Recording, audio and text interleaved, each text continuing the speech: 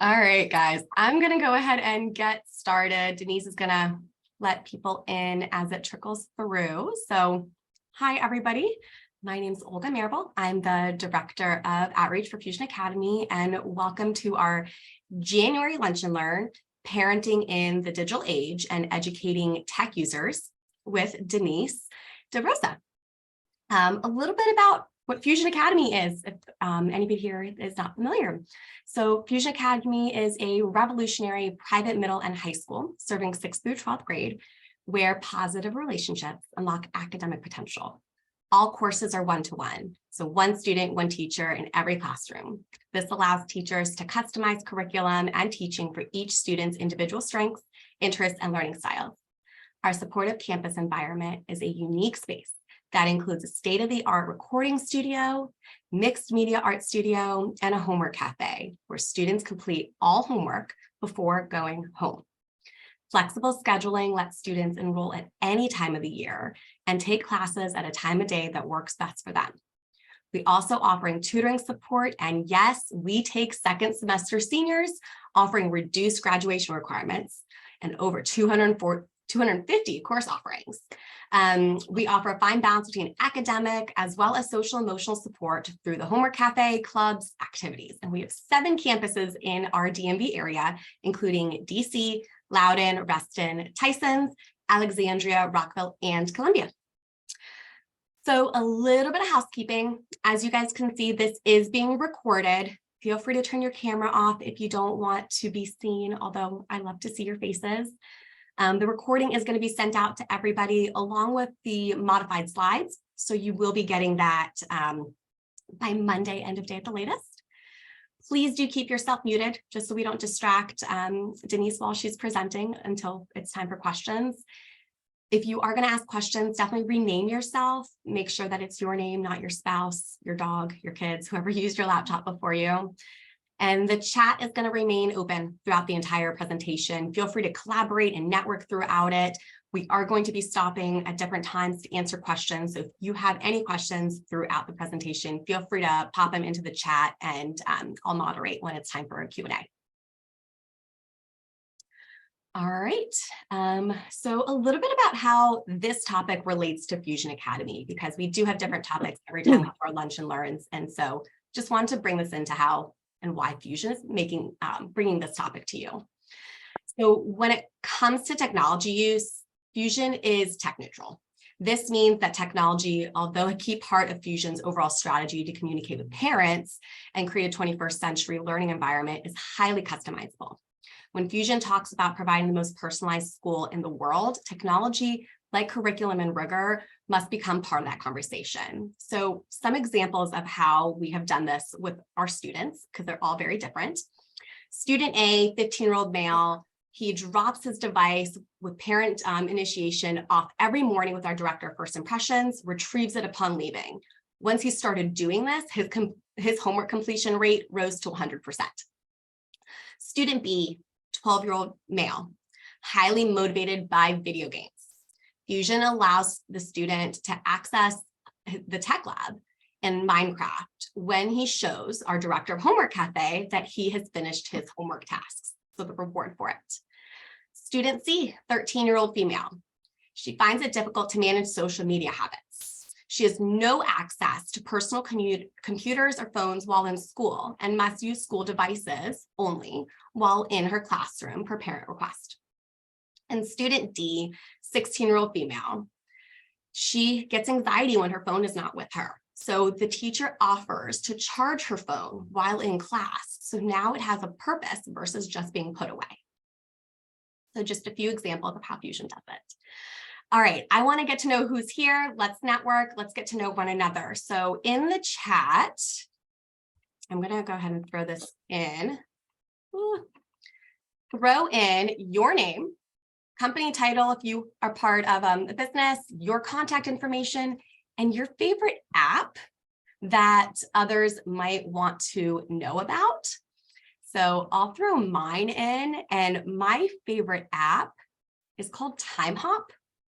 And if you're a parent, you will love it. It basically is like a throwback Thursday, and it pulls your photos and videos from that day, a year and 2 years and 3 years and 4 years and 5 years and 10 years ago, which is really cool because if you're a parent, you get to see like your kids, how much they've changed every year. So that's Time Hop. Check it out if you don't have it. And I'll give you guys some time. Mood meter. Deborah, I'll have to check that out. Hi, Anna. I know this is a lot of questions. I'll give you guys some time.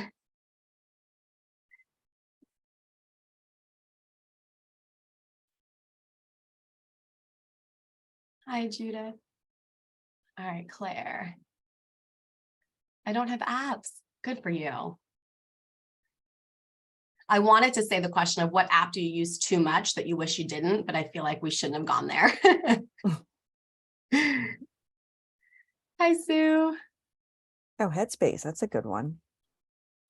Oh, I don't know that. I think when I'll send the recording out, I'll include all these apps for you guys too that you're all recommending to one another. I think it's cool to check them out. I use Calm. I use the Calm app. That's a good one.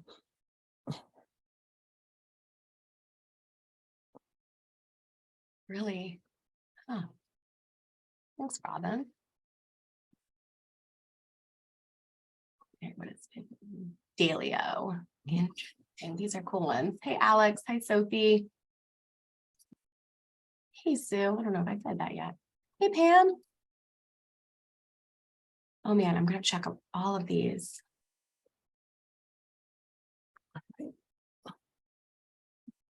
Hey, Dahlia.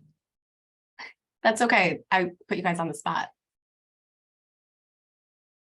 Really paid, but not expensive, too expensive. That's good. All right, you guys keep throwing these in, keep throwing your contact information. I'd love for you guys to get to know each other, be resources for one another. I am going to introduce our speaker of the day because I know you came to listen to her and not so much me. So today's speaker is Denise La Rosa. She's an expert in online safety, digital citizenship, and a frequent speaker on parenting in the digital age. Denise, I'll pass it over to you. Okay. Hi, everyone. I'm so happy to be here, and I'm excited to just go ahead and get started. I'm going to put the chat down while I talk because it does get distracting to me, but I'm going to have Olga kind of just let me know if you have thrown questions in there. And I'll take some time during the talk as I'm going through things to stop and look at some of your questions. Okay. So today, because I know we have a mix of parents and educators, I have a mix of some things that are more appropriate for parents to do to guide digital wellness and more for teachers. So we're going to have a little bit of a mix of both. So today we're discussing how to be a digital wellness coach. And what is really important is, just like Olga was just saying, is it's going to be unique for every individual in a lot of ways. How you coach them to control their technology, to use technology for good, to use technology to connect with people, to use technology in positive ways and positive and productive ways. And I know a lot of times there are talks about limiting tech use, which of course we want to make sure that kids aren't in front of their devices all day at the expense of speaking face-to-face with people, or at the expense of their normal interactions. But, you know, I think that it's more important for us to teach responsible, safe, and productive use than it is to constantly be talking about limits. I think it's just it's a mindset reset. So like when you talk to your kids, you want to talk to them more about how can you be safe and responsible and productive with your technology, not like, let's limit it, let's limit it, let's limit it. Okay. Okay. So what are some examples of unhealthy tech use? Some of the, I'm going to get this out of the way. Okay. So some things that parents talk, or, you know, or adults who deal with teenagers a lot talk about is just the screen time and the overuse of technology. And the big concern there is, of course, what are they missing because of screen use? So if you have a child who is really into gaming and they're spending a whole lot of time gaming, what are they missing out on while they're spending that time gaming? Are they not exercising? Are they not interacting in person with their friends? Are they, staring at their phones instead of, chatting with their friends or meeting up with their friends? So that's one thing. So it's not just the screen time itself, but what are they missing out on during that screen time? And then, of course, content. There's, the filters and that we have for kids online, they can be somewhat effective, but as kids get older and they're able to sort of get around a bunch of things, filters are not perfect. And there's a lot of disturbing content that gets like around these filters that we have for kids, but I'm still going to show you how to use some of them. And then, of course, we are all, not just teenagers, but every single one of us is exposed to misinformation and urban legends a lot online. And it can be really difficult to decipher between the two a lot of times. And then connection. So who are teens and and really anybody online, who are you communicating with online? How do you know this person? Do you know this person face to face, or have you only connected in a digital environment? How many people are you connected with on social media or through your games, right? How do you know who it is that you're talking to? And can you rely on the information that they're giving you about who they are? Okay. And then again, the lack of privacy, which we all are concerned with, right? What and how much is each one of us sharing online every time that we are connecting digitally? Like, our location is being tracked a lot. The websites that we are going to is being tracked a lot. But also, if we're using social media, how much are we sharing in that space? Whether it's Snapchat and we think that this photo is going to disappear, or if it's on TikTok or whatever, the new social media of the day is, what and how much are teens sharing? Okay. So digital wellness, I became a part of the Digital Wellness Collective a few years ago. It's a global organization of people who are dedicated to the idea of encouraging digital wellness. And they've defined it as using technology productively and with purpose while avoiding distraction and information overload. Okay, really great way to say, like, we know we're going to use technology. We can't have a full digital detox all the time. So in order to engage in like the current economy, for the most part, you have to have connections to the digital world. But there are tools and strategies to flourish in the digital age. So we're going to talk about some of these things.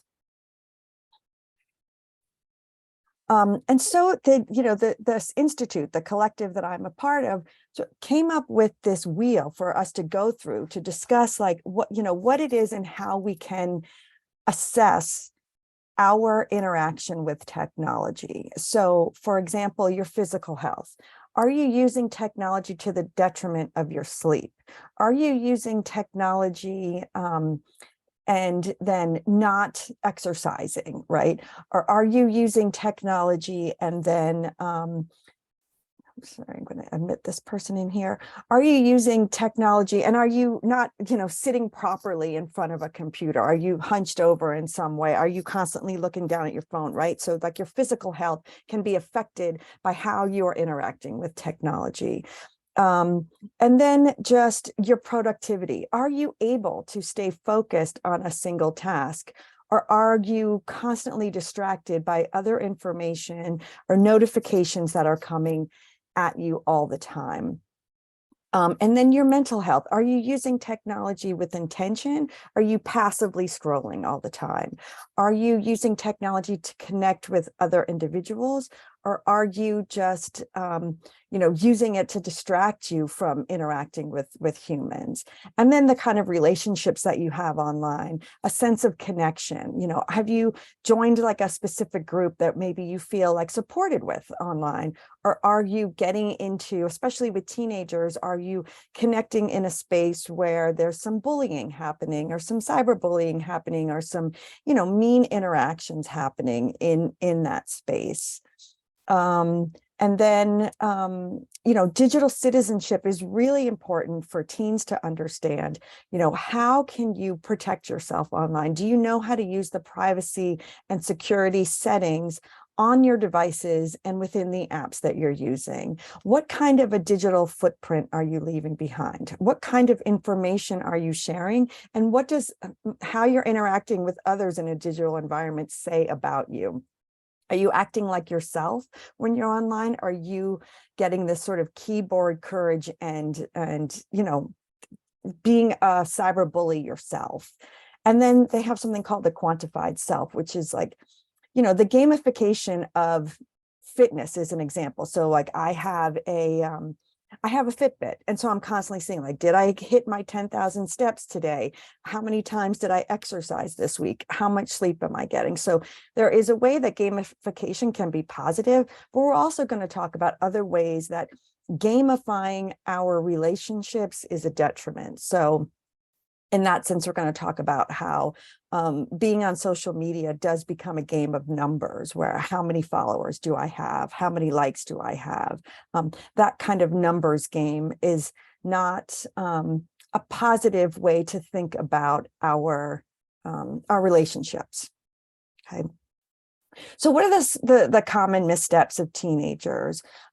There's obviously some issues with oversharing online. So constantly sharing what you're doing, what you're thinking, who, where you are, and maybe just some stuff like if you're mad or if you're upset, what are you sharing in that moment?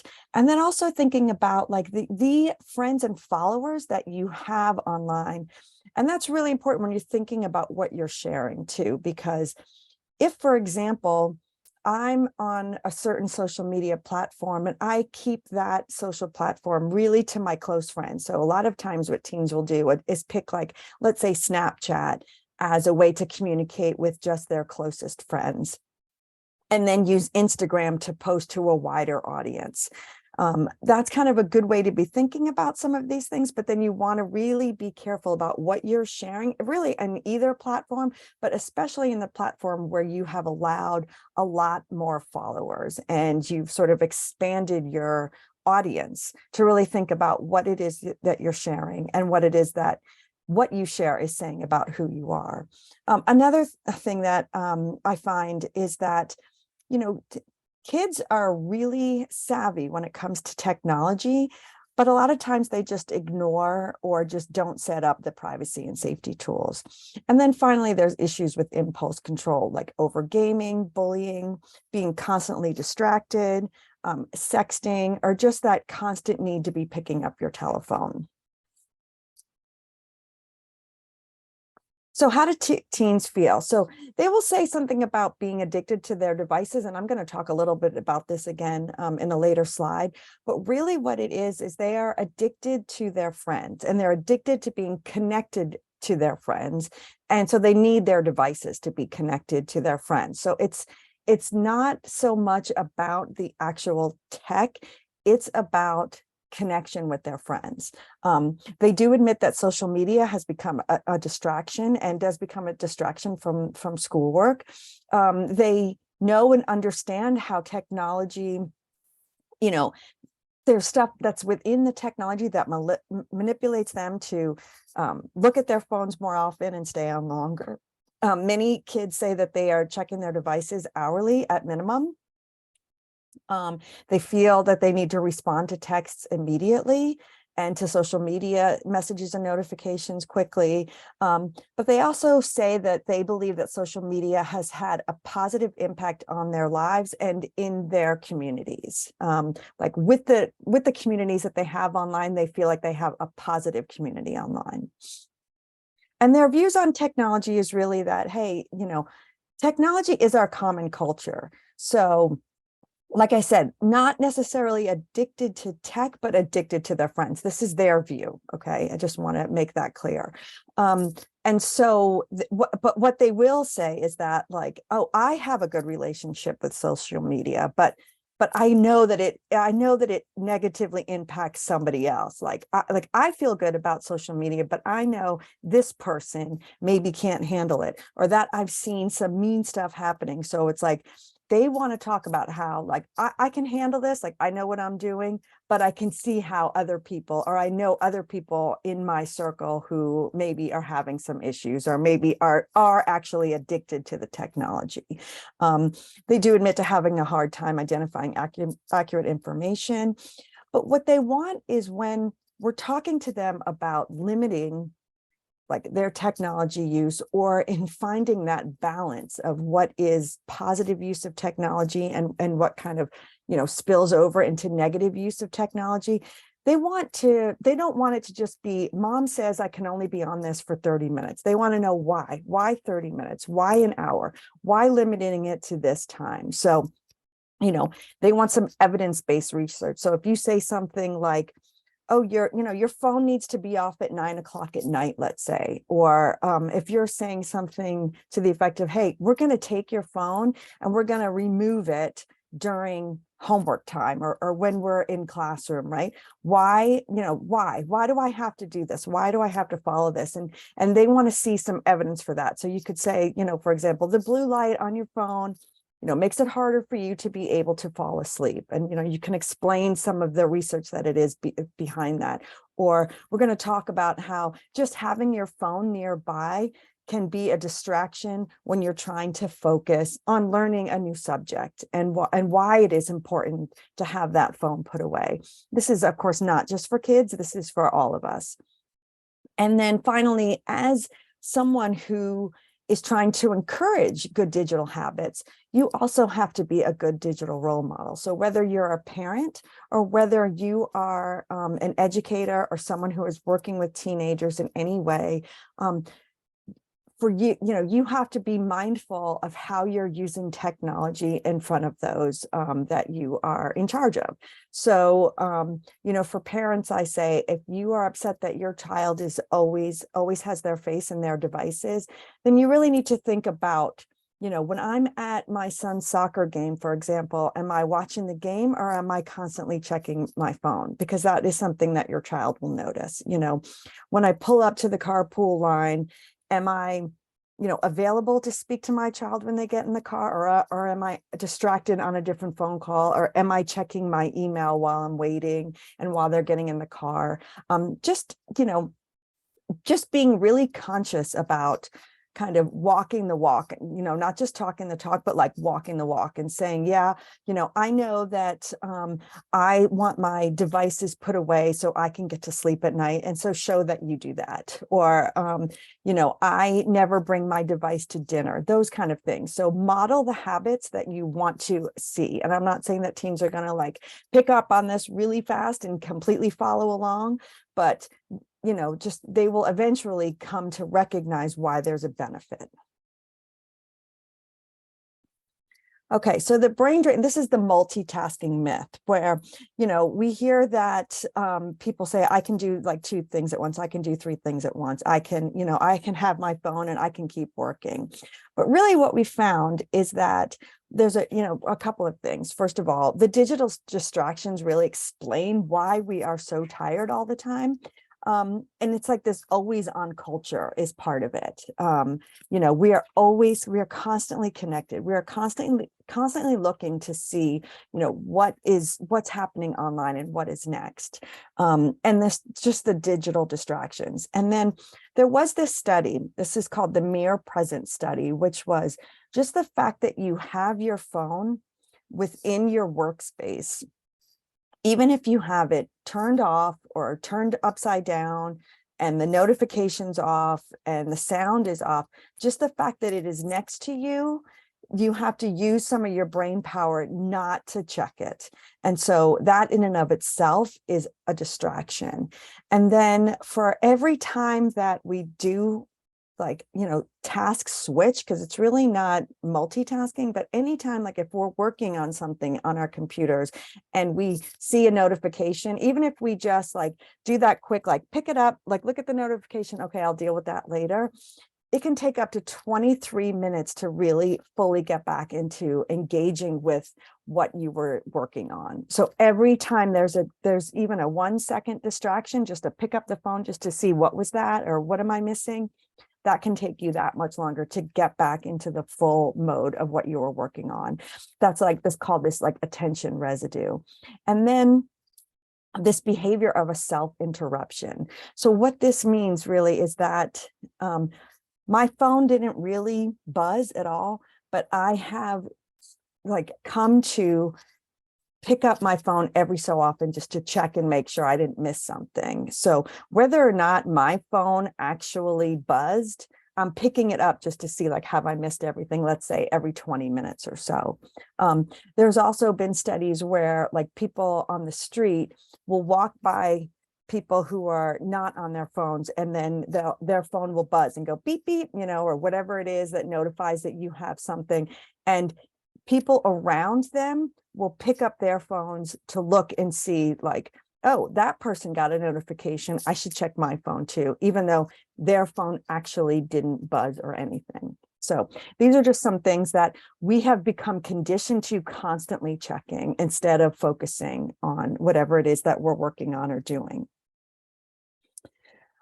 And so why is this? Well, there's what is happening online is called this idea of attention economics, where attention is the currency. So Netflix is, in competition with Facebook, in competition with Instagram, in competition with Amazon, in competition with, any other apps that you have on your phone, any social media apps, your email, everything, all of these different apps and all of these media that is coming into our lives, they are trying to get our attention, because attention is the currency. And that's like because the more attention that you give to any one website or any one app, the more data they can learn about you, and then they are able to market you, and then they are able to market you more, which actually then they are able to find out more about you to learn how to get you to stay on their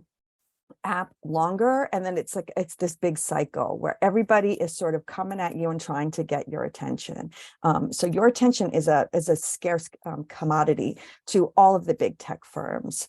And then how do they do this really? Like, how are they getting us to check our phones all the time? Where there's all these like hidden manipulation techniques that they are using in order to keep us on our phones longer and get us to check them more often. And there's a variable reward system. So for example, if I post something on Facebook today, maybe I get 50 views and 5 likes, right? And then tomorrow I post something on Facebook, I get 100 views and maybe 70 likes. And so because these rewards are not really based on the content itself, it's sort of based on these algorithms and what's going on behind the scenes.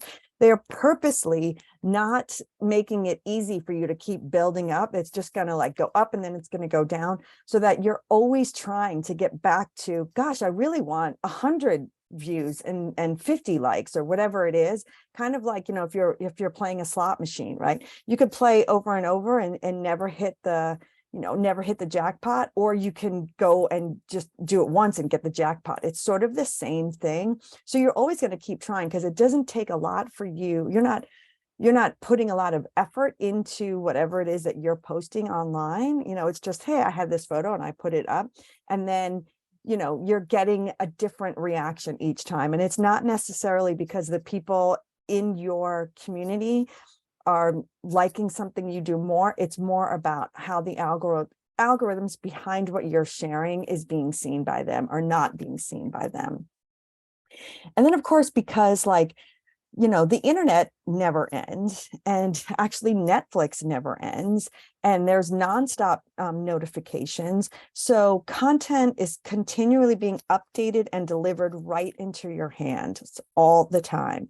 So the fact that you can't ever get to the end is that it's our relationship with media has completely changed. There was a time when, you'd watch a television program and they'd have a cliffhanger at the end of the show. That would be sort of your reminder to go back and watch that program again next week because you want to see what happens, right? But now it's the opposite, where it's the show is just going to keep being delivered. Like if you wanted to watch Friends nonstop, you could watch all 10 seasons in one sitting. If you wanted to, you can just keep going and keep going and keep going. So we have to instead remind ourselves to take a break rather than, reminding ourselves to go back and watch the program that we want to see next week, what happened. And then this idea of gamifying goals and gamifying our friendships. So like, who has the most friends online, who has the most followers, who gets the most likes, and who garners the most attention. That's what it's all about online. So it's not a great way for us to assess our relationships. So in-person relationships, your values and how you interact with that person, and honesty and trust, and how you like spending time with them. That's how you are assessing your relationships when you're in person. But online, it's a numbers game, right? It's how much attention can I get? How many likes can I get? How many followers can I get? I have more than this person, right? It's not, it's just it's a different way to value our relationships. So I do see that there's a number of things in the chat. So should I maybe stop and see if there's some questions in here? Okay. Do we have any questions in here? Does someone want to ask something? None in the chat, Denise. Okay. So then I'm just going to put this down for now. Okay. And again, if anybody does, I don't know if there's like a way to raise hand or something, but just let me or Olga know that, yes, you do have a question. I'm going to keep moving on. So what do we want to do? We want to, talk about like, how can we talk with kids about technology? So, it really talk early and often about technology, listen to their perspective and guide them to take ownership and be conscious of their own use, and be open-minded. Okay. I mean, I think what Olga said in the beginning about like, we have this kid who is, encouraged by gaming. And so we're going to let him game as long as we have confirmed that he's finished his homework. So those kind of things, let's figure out how to work with them in their realm. And then let's try and find constructive solutions as opposed to just always prohibiting access. And so, be honest about your concerns and think about parallels to your teen years and help them find solutions to digital drama. So what I mean by this is, if as a parent or even as an educator, if a child comes to you and is telling you something that happened to them online, if your first reaction is always to take the device away, then they're not going to come to you and tell you about what's happening in their online lives. So for example, if like, let's say my daughter came to me and said, oh, I have all these girls saying mean things to me on Instagram, and I then immediately say, okay, you're off Instagram. You cannot have access to Instagram anymore. Well, what's going to happen is that the next time that something happens on any other social platform or any other way that she's interacting with her friends, she's not going to come to you. So instead, what you want to do is try and find, when possible, let's find out what's actually happening. Like, what happened between these kids in this social media environment, and how can we help to find another way to address the issue than just confiscation. Okay. Because you want kids to come to you and talk to you about what is happening in their digital lives. And because, there could be at some point where something really concerning does happen and you want to be there. So, if your son is playing on his Xbox and somebody who he doesn't know is speaking with him, then, you don't want to say, okay, you can't use the Xbox anymore. You want to say, you know what? I thought I had set up these parental controls correctly. Let's take a look. Let's see how we can handle this. And then make sure, do you know how to block people that you don't know? Do you know how to mute people who are trying to have conversations with you? Do you know how to report someone who is harassing you online? So make sure that you are open to having a discussion, try and remain calm, and find out how we can, correct any issues that have come up. Okay, so here's our coaching checklist, right? So number one, you want to discuss just the basic standards of online behavior, whether that's in your classroom, in your environment, wherever it is that you are interacting with kids and teens, and or in your home, right?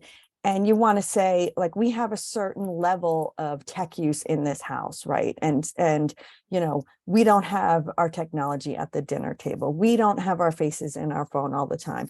We don't share so much online that we are leaving sort of a negative impression of ourselves in the digital environment. And then a tech etiquette kind of basic review also, where, if you're in a movie theater, you got to shut off all those notifications. You can't talk on the telephone if you're standing in the middle of, if you're like at a play or something, or if you're in your classroom, you cannot be, talking and being disrespectful to whoever it is that around you. And then knowing who your friends are and who your connections are. Using those privacy and safety settings is really important. So as a parent, you might be able to set up your child's device in a way that you want to, but really, as an educator or as a coach who isn't a parent and doesn't have like full access to their personal devices, you want to just encourage them to know and understand how to use the privacy and safety settings for the devices that they're on and the apps they're on. And if you want to understand what their social media environment is like and be able to discuss it with them, then you need to get on social media. And if they're big gamers, gaming can be really difficult. Maybe you can't actually play the game with them, but if you kind of sit and watch it for a little while, so you understand what is happening, and understand a little bit more about the game so that you can set some guidelines and some rules, understanding how the game works, right? And choose any content that they're getting access to wisely, play together. And like I said earlier, be a positive digital role model. And, at home, you can set those tech-free times and zones. Obviously, in school, you can set those same those tech-free times, right? And so there are a lot of digital wellness tools out there.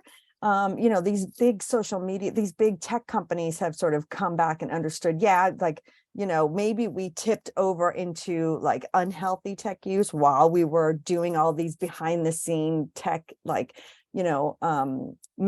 manipulation techniques to keep people online. And maybe we went a little too far. So now they're all starting to offer these well-being, like these digital well-being tools. And so you can find some of these, like if any of you have set up your Apple families, or if you have set up your devices inside your home to be able to set some limits and stuff. And, whether it's within Apple, like if you all have Apple products, or if maybe it's just through your service provider, like, for example, Verizon. So that way, if, one of your kids has an iPad and another one has like a Google phone or something, you can set those limits on like the Wi-Fi level of what's coming in and going out of your house. So here's an idea of just how you can set some screen time limits. This is for the iPhone. It's going to be different for Android devices, but the idea is the same. And you're basically going to have to go through the settings and find what it is you're looking for to either limit time or limit certain apps and stuff. And what I would say for those who are not parents or not looking at this from a parent perspective, a parent can go in and set this up for their kids and decide how long or how much time they want to allow their children to be connected to devices. But as someone who's a coach and not a family member, you can show them actually how to do this themselves. So if you find that you're interacting with like a teenager or a kid who is spending too much online, you can encourage them to go ahead and set some of these settings for themselves. They don't have to be set by a parent. They can be set by the teenager. So like on my phone, for example, I have it's set so that at 10 o'clock at night, that's my downtime where I don't have access to my phone after that time. And then I have certain apps that are always allowed. My phone is constantly on do not disturb, except my kids. So my kids can text or call me whether or not my phone is on do not disturb, but everybody else is just going to have to wait if I'm working on something or if I'm sleeping or whatever the time may be. So you go into your iPhone, you go into settings, you open up screen time. And if you have kids, you can set different screen time limits for each child. And, there's the downtime, there's app limits, there's content and privacy restrictions. So there's age limits on certain things. So you can set up all of these different settings for your family in your home. And if there's anybody who, hasn't used this or doesn't know how to use this, I'm going to show you a few more screens that we're going to see. So here's just a basic video of how this works if you were to set up for parental controls. So like I said, though, you can go through and there's app limits and there's apps that you can choose and apps that you can or categories that you can go through and say, okay, all games, they only have 1 hour a day and maybe an hour and a half on the weekend or however it is you want to set it up. And so, you can go through and set up sleep time. You can set up what apps they are allowed to use, what apps they are not allowed to use. If there's age ratings on the apps, you can set it so that, your child can only access apps that are rated a certain age, so if you have a 10-year-old, on an iPad or some other device, you can set it up that way. And you can customize it for different days. And there's a lot of different tools that are at your disposal in order to set up these limits for your kids. And Google also has the same type of offerings. Google's digital wellness is called Family Link. It helps you to set digital ground rules. And just like the Apple parental controls, it's primarily for kids 13 and under. And these include content filters, screen time management, bedtime, manage app access, and then it has some search filtering on Chrome and YouTube as well. Microsoft has the same thing. So it's, you can set up your parental account, then you set up the accounts for your kids, and it's the same. So you can have healthy screen time limits, blocking inappropriate content, and etc. So do we have any questions before I move? Actually, this is still in the same. Yeah, I will be sharing some slides. Yeah. Okay. Okay, my nephew's he even hacks into his parent. Okay, yeah, well, yes, kids know how to get around a lot of this stuff too, don't they? I'm sorry, I did not mean to go through this yet. So just be aware that there's privacy and safety settings on the devices themselves, on the operating systems, but also in the apps, in the browsers, in the games, in the gaming devices, anywhere that your kids are engaging, there's a way to find privacy and safety settings. So, but what we want to do is eventually, we can set them for our kids who are under 13 years old. But as kids get older and as they become more independent in their device use, you want to make sure that they understand the options themselves and make sure that they are not sharing more than they need. You want kids to be proficient in protecting themselves and their own reputations online. One of the most important things, obviously, is to keep those password privates. It's very common for kids and teens to share their passwords. So we want to make sure that they're not sharing passwords with people that they shouldn't be, and just reminding them over and over that not everything needs to be recorded and certainly not everything needs to be shared. And so here's just some ideas. I do this for myself too, but this is something as a parent you might want to just look into and make sure that your kid's location isn't being tracked all the time. But again, as a digital coach, as someone who is interacting with kids, you might just want to ask them, like, hey, do you know how much of how much you are sharing your location when you're carrying around your phone with you? Because there are ways that you can shut off location sharing on especially the apps that don't need your location in order to function. So that's what I do for myself is I have my location services turned on. So I can share my location with my family only. And then I go through all of the apps on my telephone and I decide like which of these apps need my location to function. So like maps, weather, other certain apps that are on my phone, if they need my location in order to function properly, then I allow the app to be tracking my location. But everything else, I shut off the location tracking for. When you first load any app too, they're going to automatically you might get that prompt like, do you want to share your location and your camera or whatever with these apps? A lot of them don't need access to all of that stuff.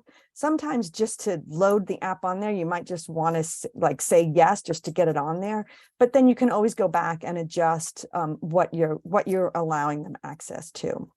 So here's an example of how you can adjust the location sharing on your own device. So you just go into your settings, you go into privacy, and then you can share your location, choose who you share your location with, and then go through all of the other apps on your phone and decide, do they need to have my location in order to function? And if they don't, you can decide to either say only while using the app or never, or whatever it is that you would want.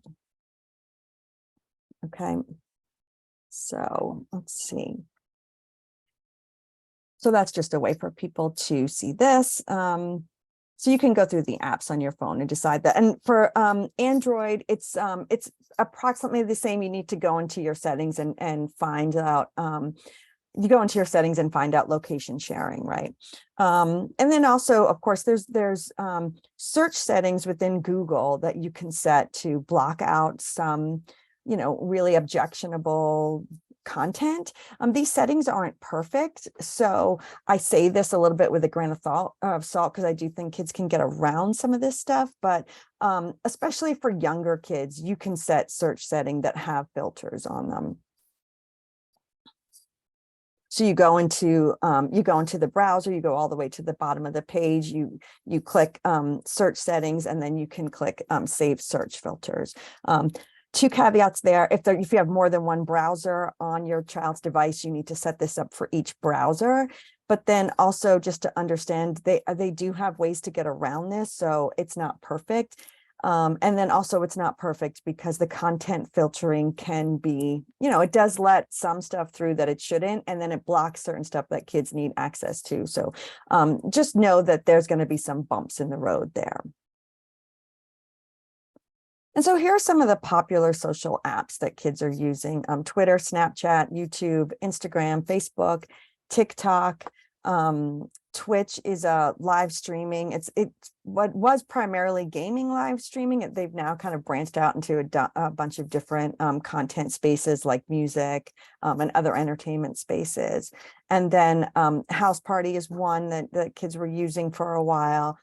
There's always something new coming up. Be Real is another big one that teens are using right now. So just be aware of whatever social apps the kids that you are talking to are using, and have just a basic understanding of what those apps are and why they might be using one over another. So what I like to talk to kids about is the idea of digital tattoos, and the idea that what you're sharing online is public and could be permanent. So what you share, even if you're sharing it in an environment where, either if it's on social media and you're just sharing it with your close friends, or if you're just sharing a text with someone, once you've shared something digitally, you don't have control over it anymore. So if I send a photo to one person, I no longer have control over that photo, that the other person does, and they can choose to keep it safe, like I've asked them to, or they can post it to social media, or they can share it with a whole bunch of other people who I don't know.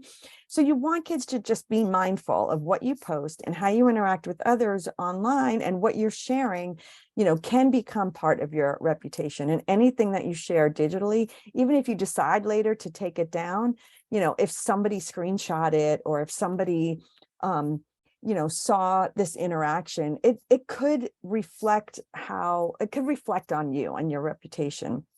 And just understanding that every data point that you share about yourself, your location, what websites you're visiting, what, if you're on Instagram and you're looking at, a certain pair of boots, right? And you kind of slow down and look at these boots a little bit longer than maybe some of the other ads that come up in your feed, right?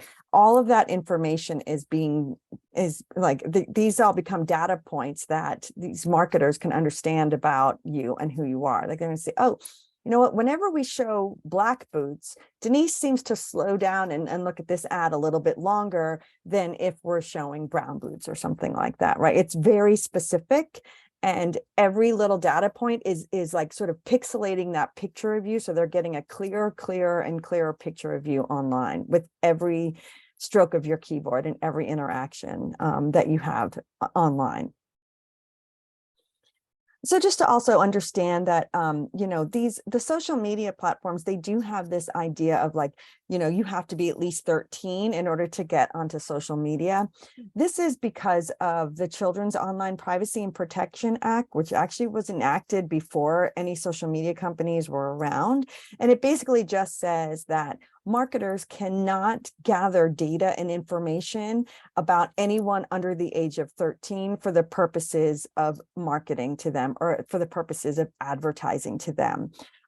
So when they say you must be 13 in order to use Instagram, it is not because they necessarily feel that or they're thinking about your child and your child's well-being. It's more because of this. So they are not allowed to market to anyone under the age of 13. And that is why when kids, go in, they can either lie about their age or it'll just say, a little pop-up will come up and say, are you 13? And you just click yes. They haven't made it very difficult for kids to get around these rules. But if you agree, and if you say, like, I agree to these terms, you are saying that you are at least 13 years old. I'm going to look at this again and say, okay. And if your child is 13 or older, yeah, they can get onto these apps and they can be marketed to. It just means that they legally can, can be marketed to by companies. Okay. What is your strategy or recommendation when teens go to bed at night? Okay. Yes. So, you can, again, I think, what we want to say, so hi, Mark, thank you for the question, is again, do like a quick Google search, because there's a number of research out there that talks about why it's important to have like your phone off at least 30 minutes before you go to bed, or really any digital device, including a television. There's this blue light sort of issue, right? That keeps your mind like awake and alert, that you need to decompress from that. And you need to get that blue light out of your eyes, like for at least 30 minutes before your mind can fully like calm down and be ready for bed. So I would say, talk to them about this background research and say, this is why I need the phone out of your room. This is why you should not have the phone near you. 10 minutes, you're not like staring at your phone until it's like exactly time for bed. And talk to them a little bit about that transition period where you need to sort of get yourself ready for sleep. And I would take that approach if you can, especially for kids who are older than 13 or 14 or 15. When they're a bit younger, it can pretty much just be mom says, your phone has to be out of your bedroom. But when they get to be teenagers, it does get to be a little bit more difficult. So I would, again, kind of go to the research and go to some examples of why that is. And again, and you could even say to them, you know what, I shut my phone off, or I have my phone put away or charging in a space where it's not going to conflict with my sleep. Let me go on to the next. Okay, so here's some Instagram privacy and safety settings. Again, like, this is something that you want to teach teens to know about and to take some ownership for and some control over. As a parent, you can, of course, connect your child's phone and help them set this up. But when they're a little bit older, or if you're just guiding a teen like in your classroom for how to manage some of this stuff, it's just a good idea to know a little bit about how these things work. Number one, you want them to have a privacy account. So the first thing you want to do is you want to go up to the top right where those three lines are, and then go into the settings. You want to make sure that they have a private account, and that means that people have to request to follow them, and they have to allow those people to follow them. So you're hoping that they're going to have at least a little bit of filtering there to say, like, I don't know this person, so I don't need to allow this person to be my friend. Or, and then you can decide like who can see what you post, who can see who can mention you in their story, who can see your stories, and all this kind of stuff. You can sort of get down into the nitty gritty about what you're sharing and who you're sharing with, and who can mention you, who can tag you and stuff, and who you can tag and stuff. And then this thing at the top here, this interactions, this hidden words. So what that can mean is that you can set, so like, let's say you want to make sure that there aren't swears in your feed, or that someone can't comment on your photo with, a swear word, or with something that would be derogatory. You can choose certain words that will never be shown on anything that you post. So if I posted something and then somebody wanted to say something nasty about me, there's something you can say, that anytime somebody tries to type this word, it's not going to show up as a comment in my photos. And then they have there's a setting in there for, sort of the worst, swear words or something. But then there's also, you can choose individual words as well and add them in there. And then there's also ways for you to adjust your activities. So you can manage the amount of time you spend on any certain app. So for anybody who's having any kind of trouble, let's say, with how much they're on Instagram or whichever app they're using, you go into your settings, you go into your activity, and you can set reminders to take breaks, or you can set a daily time limit, or you can shut off all notifications during school time or after 10 p.m. at night. So there's different ways for you to manage all of that. This is just a quick kind of show of how this works. So here we are on Instagram. Again, you're going to go to the top right, you're going to click on settings, and then you can go through, like I said, your activities, set that daily reminder, make sure that you're not spending more than whatever it is, 45 minutes on Instagram. And then you'll just get this little reminder like, hey, you've hit your quota for today. You can pause all notifications, especially during homework time, or when you are with friends, or whatever it is, or just anything after 10 p.m. at night. And then you can get those notifications later. So these are the kind of things that are available on the social media platforms that, we want kids to take advantage of, and make sure that they are aware of these controls that they have, and that they can be in like a decent amount of control for what kind of environment they're experiencing. So here's here's hide offensive comments. You can set up certain words. So again, this all kind of goes through that there for you. Okay. And then we're going to go to TikTok, but wait, I'm going to stop for a second and see if there's any questions. How do you get them to share their password to a parent? So, what is that under privacy and security for? Okay. So first of all, in terms of sharing a password with you, if your child is under 13, it could just be the your terms for them having their phone is, here, you have to share your password with me to Snapchat or whatever it is in order for you to get this phone. But there also are now family pairings within Instagram, within TikTok, and within Snapchat. Yes, there will be a recording sent out, and then there'll be a sort of a modified version of the slides, because a lot of the videos don't go through. And then here in TikTok, there's all these different ways that you can manage your account. Again, it's a lot of the same that we just kind of talked about in Instagram. Manage your account, like, is it private or is it not private?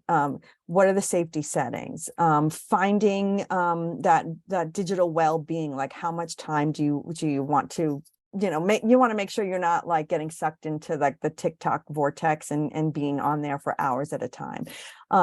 You can set those push notifications so that you're not getting a ton of notifications about what is happening on TikTok.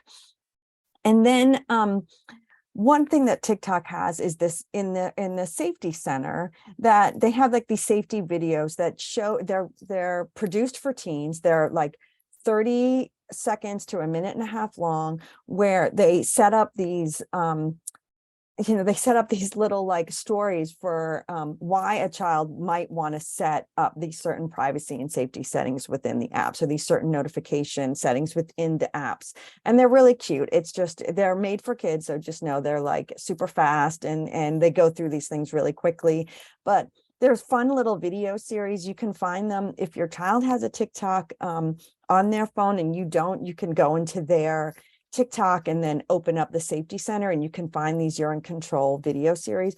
Or they've also had them uploaded to YouTube. So if you go to YouTube and you search TikTok urine control video series, you can just see a little bit about, you can see all the different videos they have. I don't know how many there are. Maybe there's like 10 for like the different scenarios, but they're just quick little things. And they do show you visually how to set up these privacy and safety settings. But it's like these little like vignettes for why a kid might want to set up those privacy and safety settings. Snapchat also, let's see, how do you block newgrounds? I don't know what newgrounds means. So if you want to ask that again. So here in Snapchat, you can, there again, there's privacy and safety settings. One of the things that is really popular with kids, with teens and even like college kids, is this like sharing of a location. So you can look on a map and see where everybody is, like all your friends are hanging out. I think for younger kids, we need to pretty much say like, no, you need to be in ghost mode, which means that nobody can see your location. But as they get older, you might want to allow them to share their location with their friends, or their friends accept a certain amount of people. For college age kids, a lot of colleges are encouraging like their roommates and stuff to share the location with one another. It's like kind of a safety thing. So that's something that you can talk about with any older kids. But when they're younger, I think ghost mode is appropriate because they don't need to be sharing their location with this audience of however many people they have on Snapchat. And again, Snapchat has a family center, so you can connect your Snapchat account with your child's, and so that you can help them manage their interaction. So you know who their friends are, you can see who they've messaged, who's messaged them, and you can report abuse on their behalf. So Snapchat allows this sort of family setting. Instagram does as well, and TikTok does as well. All right, and then for YouTube, some things that are some settings that I think that are good for kids and teens and really anybody, is this, again, this reminder to take a break, but also the shutting off of autoplay. So just like, if you're watching Netflix and the next like show automatically comes on, you can sort of get sucked into Netflix and end up watching maybe more of a program than you had intended. Same with YouTube. You're watching YouTube and the very next video comes up and it already starts before you've had a moment to think like, do I really want to be on this any longer? So there's the reminders to take a break, and there's also shutting off of autoplay. So autoplay just means that, instead of the next video playing automatically, there's like a pause in between. So they have to click on it for the next video to start. It's just that, one little bit that sort of helps to decide whether or not you really want to be spending all of this time on YouTube. And then of course there's restricted mode to filter out certain content. Gaming also, again, there are ways, to set up some privacy and safety settings within games and within, all of the different gaming platforms. A really good resource for this is ESRB. They have an app, or you could go to the website, esrb.org. It's the Electronic Safety Ratings Board. And then they also have within that, that website, parentaltools.org. You can find it from going to the main site ESRB, or you can just type in parentaltools.org directly. And what this does is this shows you how, so really step by step, how to set up privacy and safety and monitoring and time spent controls on any gaming platform that your kid might have, going back to like ones that are like more than 5 years old. Here's an example of what an ESRB rating has is, is this game rated for everyone? Is it rating for teenagers? Why is it rated the way that it's rating? And then like what the interactive elements are. I mean, I think pretty much every game now has interactive elements, except for maybe the early childhood ones. So just be aware of that. Here's an example of what it might look like. Mario Kart, it's rated everyone, and there's just comic mischief. So there's no reason to be concerned about content in there. And what can you block with parental controls? You can block certain software. Like you can say like, my kid can't download any game for 14 plus, or my kid can't download a game that's rated mature. And there's time limits and stuff.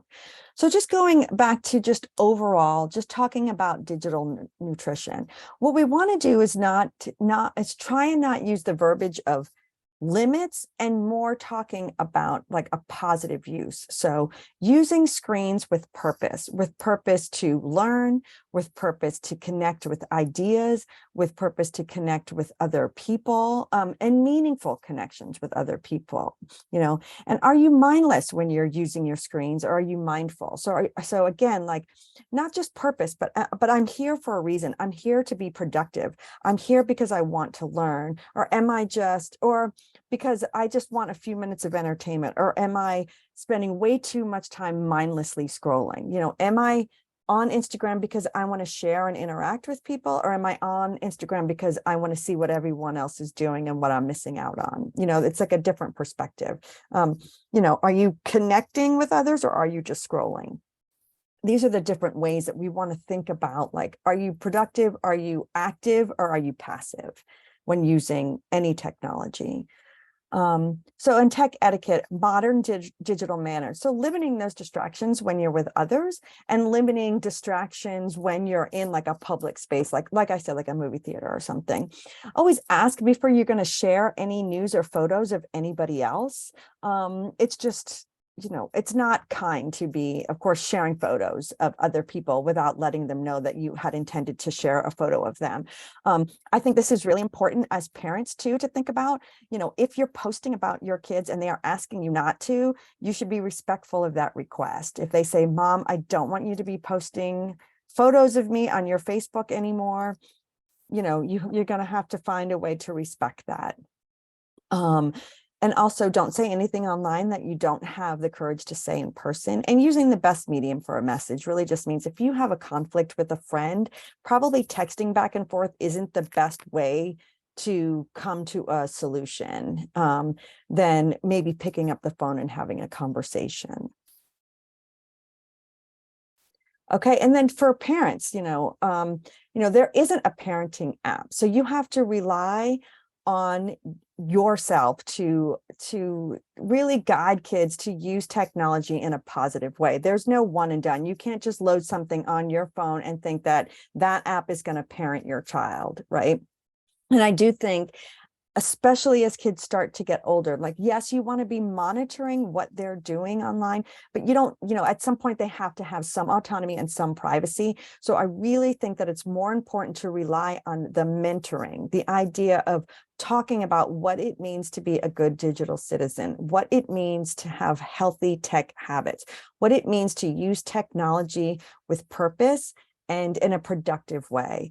And then just be practical. Like, we strive sometimes for perfection. There's no perfection when it comes to this. And your family's like standards might be very different from somebody else's standards. And then maybe you feel bad that, oh, I don't do this with my kids and their tech. And but it's what works for you in your home, and maybe what works with each individual child, as Olga was saying at the beginning of the talk, right? Not every kid can be guided in the same way. They have very different, they're individuals, they're whole human beings. So we have to come at them from what is going to work for them. Because the goal is really to raise kids who are safe, self-reliant, and responsible users of technology, just as you want to raise kids who are safe and self-reliant, right, in the physical world as well.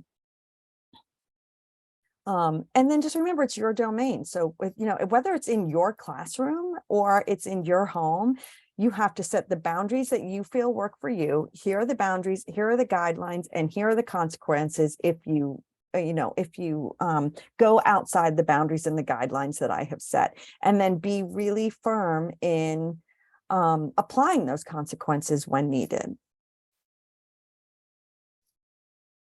Okay, and I'm just going to check this. Okay, to hear about digital responsibility. Okay, yeah. Again, I really do feel that it's a different mindset than always talking about limiting and taking like the device away. It's really more about, no, I really want to talk to you about using your devices in a positive way. I really want to talk to you about using your devices in a productive way. And then here are some rules, like, hey, your personal photos, you need to be really careful with any photos that you're sharing in a digital environment. You share it with one person, they have control over where that photo goes. You no longer have autonomy over that photo. Snapchat is no exception. So be careful about any images that you're sharing online. And I think this is kind of a good introduction to, like, when kids are little, and just talk about how, like, hey, a photo that you share with one friend can be shared with any other friend. So just think about that, because then eventually you can sort of get into the talk about like sexting and why that can be dangerous, as they get older. We don't need to talk to 10-year-olds about sexting, but we can talk to them about, like, hey, you have a photo, you shared it with one friend, that friend can share it with everybody else. Like, just kind of think of a way to sort of on-ramp onto that conversation early, so that then you can bring it up again if and when there is ever time to talk about sexting. And, you want to make sure that your kids know how to use those blocking and reporting functions, the privacy and safety settings on whatever apps that they are using, and to use those strong passwords. And then for kids, again, using those strong passwords, like, tell them that they need to keep it private. Only tell, like, your parents about your passwords. Don't be sharing your passwords with everybody. Not to share personal information. Don't send photos to strangers. Again, connect with people who are your real friends. And then, again, tell like, you want to be that adult that they'll go to. So if something goes wrong, and they say, hey, I was on my game and some guy asked me for a photo and I got nervous, I didn't know what to do. Then you say, okay, hey, let's go in and check these settings, and let's see that we can make sure we can find out how to block this person, or let's make sure we know how to mute this person, or let's make sure that mommy can set up these safety settings so that doesn't happen again, instead of, again, like I said earlier, now you can't play that game anymore. Okay. So my top tips for digital coaches: know the apps they're using. So if you're really concerned about somebody and what they're interacting with online, you need to know what the apps are. So if they're on Snapchat, probably should get yourself, you want to be able to understand exactly what Snapchat is and how it works, so that you can have a discussion with them about how they can keep themselves safe there. Use those privacy and safety settings, or guide them to use those privacy and safety settings.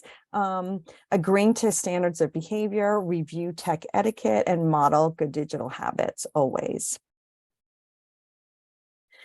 Okay, and that is the end of my presentation. And so I'm happy to take any questions while, we still have some time. If anybody has any questions, you can share it in the chat, or I think you can just, talk.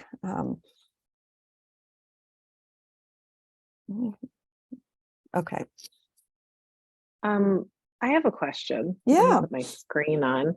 I'm the parent of a 13-year-old who has been nagging me incessantly for Snapchat, and I haven't quite gotten there yet. One of the things I mentioned to him was about some of the family connection Yeah. information, and he's like, no, I'm out. Yeah. Like, I think right. he Yeah. so we haven't kind of come to an agreement yet about how to move forward with it. I think he doesn't, I understand, like the same way he wouldn't want me eavesdropping on a conversation with his friends while he's hanging out with them. I don't think he wants me looking over his shoulder, but I also have concerns for a variety of reasons, and I don't know what you recommend. So another thing that you could do is you could say, okay, well, instead of pairing our accounts, right? If you're not going to get if you are going to get a Snapchat account, you can say, instead of pairing our accounts, I'm going to follow you on Snapchat. So I want to see what you're putting up there. Now, he said no. Okay. The caveat there also would be, just so you're aware, because this can happen on Instagram and anywhere else, they can share something to everyone except mom. So they can do that too. But so, then maybe the next sort of thing that you can say is, okay, you want to put Snapchat on your phone. Here's what I want. I want us to go through the privacy and safety settings together. I want to make sure that you know how to set those privacy and safety settings. So once we get it on your device, we're going to go through those options. So I want you to have a private account. I want you to, be careful about who you are connecting with, who you're allowing to follow you, and who you are following. I want to make sure that you know how to block anybody that is interacting with you in an inappropriate way. I want to make sure that you know how to mute like a lot of negative comments or whatever it is, and just, go through those steps with him, and make sure that he is capable of going through those different settings and making some decisions. Okay. I have a question. Hi. Your tips have been really helpful. I have a newly 12-year-old son, and he has one of those dumb phones. So it's just for texting and calling, which is great. And, I have the password to the iPad, but of course he started a middle school that gave him a Chromebook. And every time the school, shuts down YouTube or whatever, he finds some workaround. And so he comes home from school and he is on that school computer on his little YouTube videos, even though it's some other portal to get to YouTube, and he won't come to dinner. He is just on it, and he does have ADHD. So there's that lure, right? That's just really, really hard. And we want to move towards being able to coach him. We don't want to have fights. Right now, we're just kind of letting him do this and trying to coach, like, we'd love to see you at dinner. And but do you have any recommendations for, every time I email the school, they'll shut something down. It's like whack-a-mole, Yeah, because this is my guess, I don't know, but my guess is either that he's somehow gotten on a browser that's outside the like whatever the school is controlling. They could also get a virtual private network. So then what he's doing is he's going outside the school Wi-Fi to connect to the internet. So you might want to look and see if he has a virtual private network on there. But then in terms of like YouTube, if he is so into YouTube that he can't stop, I would go in and see about setting those time limits, and then setting turning off autoplay. So just while you were introducing that, I downloaded the app to my phone and I did all of that. But I think if you're doing it web-based, you can't make those settings. Like if you're just going to www.youtube. You have to have an account. So if he has an account, that's how you do it. So you can't just do it like for any, like, so if I'm connecting to YouTube outside of any account that I have, then you can't, then it doesn't allow you to make a setting. You have to have an account in order to make those settings. So he might have an account, or maybe it's your account. I would also, you could, at some point, if he's not coming to dinner continually, shut off the Wi-Fi for a half an hour and say, look, this is now our deal breaker. You have to come to dinner. And if you want to be able to have access to YouTube, you need to come and eat with us first. We need to make sure that your homework is done. And then I will turn the Wi-Fi back on, and I'm He'll not just saying figure out how to turn it back on himself, won't he? well, it depends on where your Wi-Fi is, but you could just unplug your Wi-Fi and just say like, there's no Wi-Fi in the house. Cause then, and then you and your husband are, make sure that your devices are actually not going to be connected either, just so you know, there's no Wi-Fi. Right. For a certain amount of time. But that's kind of having to go that route and say, until you come to us and you agree to this, like, we're going to have to force this. So this is our fallback, is we're just going to shut off the Wi-Fi, and we're just going to take this device. So, that's where I do think there are times when taking the device is appropriate, or when, kind of going that route. When I say like, we don't want to always fall back on the limits, it's more like when there's some drama in their life that is, you want to be more of a coach and more of like a concerned parent. Like, why are you fighting with your friends on your game? Or why are you, what's happening here? Because a lot of times it's not about the technology itself. It's about, these personal interactions. But I think when it comes to, a child not coming to the dinner table or not shutting off their device at bedtime, then that's like where the extreme reaction is, okay, look, we're going to take this now, because you're not even negotiating with us, Thank you.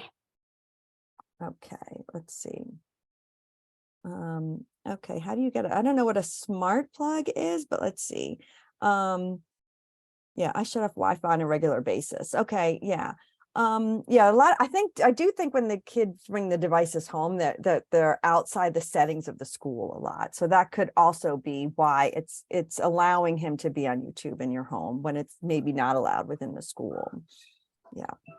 Hi, yeah, I have a question. I wanted to follow up on the Snapchat conversation. My son is head over heels into Snapchat. Okay. And I don't have an account. I respect his boundaries. However, I wanted to know, what is the best way to get engaged with that? I hear the family chat might not be an option. I can see him now saying no. And my style of parenting is give me the phone, I'll look through it. So I would like to not do that. What is a softer way to just periodically scroll through if they deny you the family opportunity? Yeah, I mean, it does get hard because, right, like, you want them to have some privacy over what they're doing. So yeah, if they don't have that private, if you don't have an account, so you can't see what they're doing, I would try to say like, hey, why don't you tell me why you like Snapchat so much? Like, show me, like, what are the kind of things that, like, who are you connecting with? Like, what's the kind of stuff that's fun or funny? Like, find out what he thinks is fun about it. Because a lot of times, like, they're just looking up, like, it could even be like, let's say your son is super into basketball. Like, maybe they just like, LeBron James is posting these funny things on Snapchat, or these interesting things about how he gets prepared for a game or something. Like, it could just be a lot of that. Or maybe it's just goofy photos of their friends back and forth,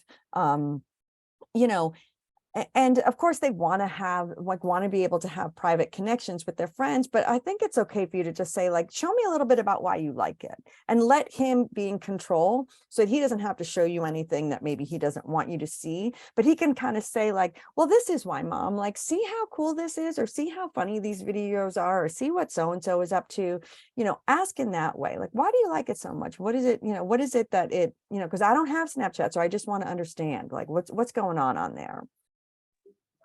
That's a good way to engage. Thank you. Yeah, to try. I mean, they're teens, we have to remember they're teenagers. So yes. Yeah.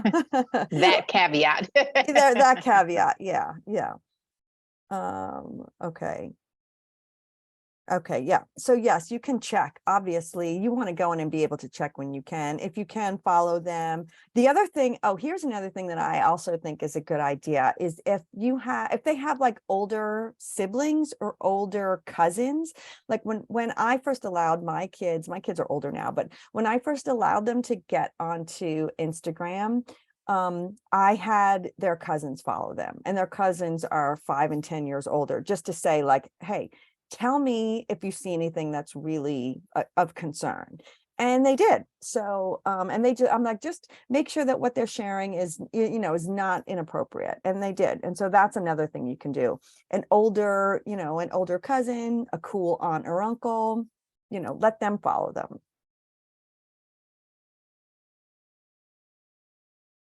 All right. Do we have any more questions? I also just say that, if you think of something later after like we've gotten offline, you can email me, Denise at cyber-sensible.com. I'm also going to, with the slides, I'm going to send some worksheets. So they're online worksheets for you to use as a parent, which can also kind of double as like a digital coach. And then there's some handouts that just there's one for teens that you can share with teenagers, and there's one for digital parents, which also, like I said, can sort of be like similar to what like a digital coach might use. It's just little things to kind of go through. The checklists are online. There's checklists for parents, there's checklists for teens, and there's checklists for kids, so kids under the age of 13 as well. The email is here. It's Denise at cyber-sensible.com. And anybody who doesn't catch it, I'll include Denise's contact information along with the recording as well. Yeah. My website is cybersensible.com. I think it's on the last screen. So let me just see if I can get there. And I want to thank everyone for staying and listening and for asking good questions. I hope you all feel like you learned something or got some good advice at least. Thanks everybody who joined. Thank you so much, Denise, for your time and your knowledge and sharing all of this with us. And I hope you all have a wonderful, beautiful weekend and look forward to talking and seeing you guys soon. Okay. Thanks, everybody. Bye-bye.